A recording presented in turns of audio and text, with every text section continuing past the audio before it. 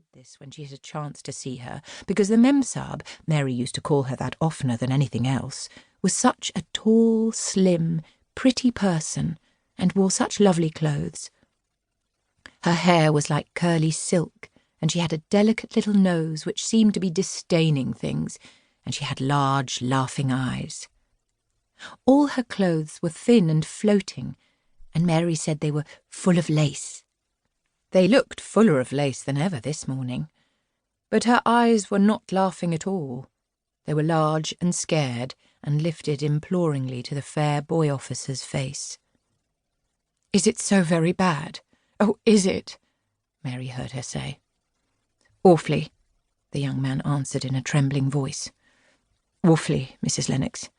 You ought to have gone to the hills 2 weeks ago." The Memsahib wrung her hands.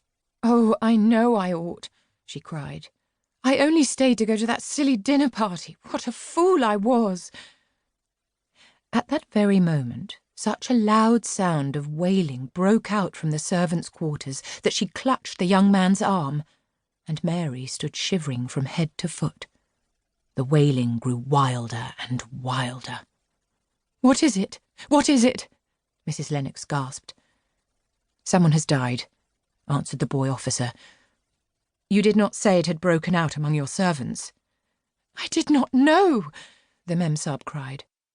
"Come with me, come with me," and she turned and ran into the house.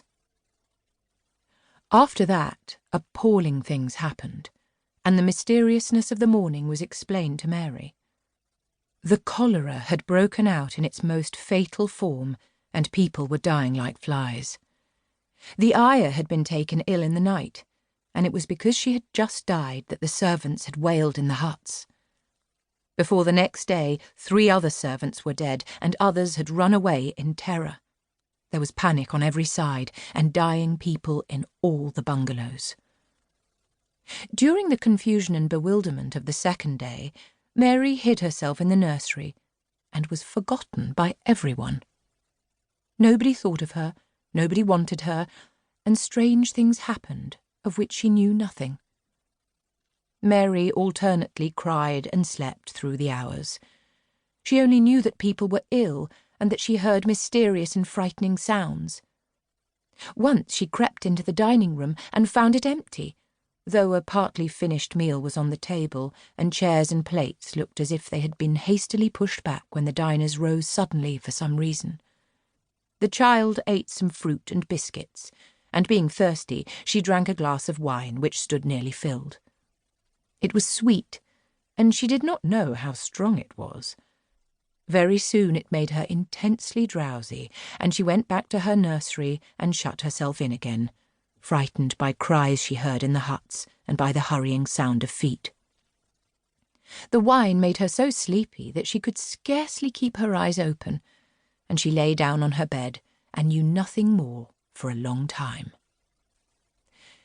Many things happened during the hours in which she slept so heavily, but she was not disturbed by the wails and the sound of things being carried in and out of the bungalow. When she awakened, she lay and stared at the wall. The house was perfectly still. She had never known it to be so silent before. She heard neither voices nor footsteps, and wondered if everybody had got well of the cholera and all the trouble was over. She wondered also who would take care of her now her ayah was dead. There would be a new ayah, and perhaps she would know some new stories. Mary had been rather tired of the old ones. She did not cry because her nurse had died. She was not an affectionate child, and had never cared much for anyone. The noise and hurrying about and wailing over the cholera had frightened her, and she had been angry because no one seemed to remember that she was alive. Everyone was too panic-stricken to think of a little girl no one was fond of. When people had the cholera, it seemed that they remembered nothing but themselves.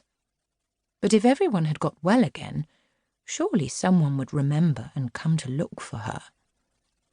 But no one came, and as she lay waiting, the house seemed to grow more and more silent.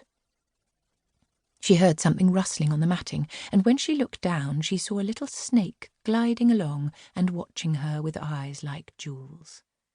She was not